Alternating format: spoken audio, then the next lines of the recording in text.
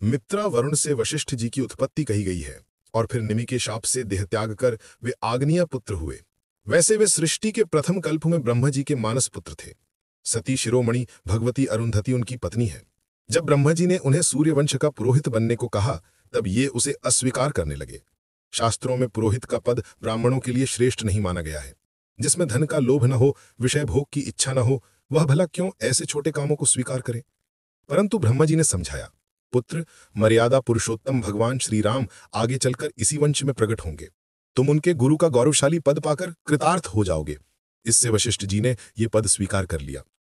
पहले वशिष्ठ जी पूरे सूर्यवंश के पुरोहित थे, किंतु निमि से विवाद हो जाने के कारण सूर्यवंश की दूसरी शाखाओं का पुरोहित कर्म इन्होंने छोड़ दिया और ये अयोध्या के समीप आश्रम बनाकर रहने लगे। ये केवल इक्ष्वाकु वंश का ही पुरोहित्य करते थे। जब कभी अनावृष्टि होती, अकाल पड़ता, तब अपने तपोबल से वृष्टि करके ये प्रजा की रक्षा करते थे। जब भी अयोध्या के राजकुल पर कोई संकट आया, वशिष्ठ जी ने अपने तपोबल से उसे दूर कर दिया। भगीरथ जब तपस्या करते हुए गंगा जी को लाने के विषय में निराश हो गए, तब वशिष्ठ जी ने ही उन्हें प्रोत्साहित किया और मंत्र बताया।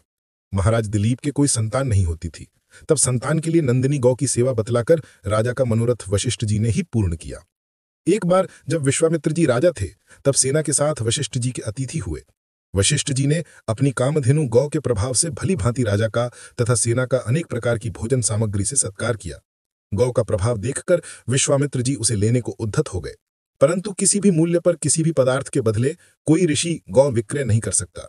अंत में विश्वामित्र जी गाय को छीन लेने के लिए उद्धत हो गए, किंतु वशिष्ठ जी ने अपने ब्रह्म बल से अपार सेना उत्पन्न करके विश्वामित्र जी को पराजित कर दिया।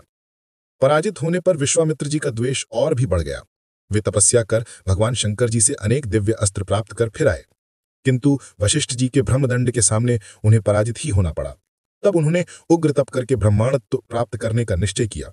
विश्वामित्र जी ने वशिष्ठ जी के 100 पुत्र मार डाले, किंतु ये महर्षि तो क्षमा की मूर्ति थे। विश्वामित्र जी पर इनका तनिक भी रोष नहीं था।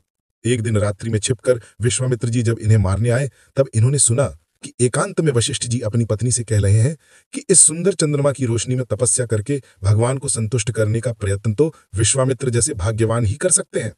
शत्रु की एकांत में भी प्रशंसा करने वाले महापुरुष से द्वेष करके विश्वामित्र जी को बड़ा पश्चाताप हुआ।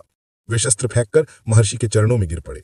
वशिष्ठ जी ने उनको हृदय से लगा लिया और ब्रह्मर्षि स्वीकार किया। भगवान श्री राम को शिष्य रूप में पाकर वशिष्ठ जी ने अपने पुरोहित पद को धन्य माना।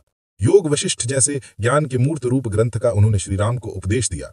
उनके अनेक विस्तृत चरित्र पुराणों तथा अन्य ग्रंथों में है।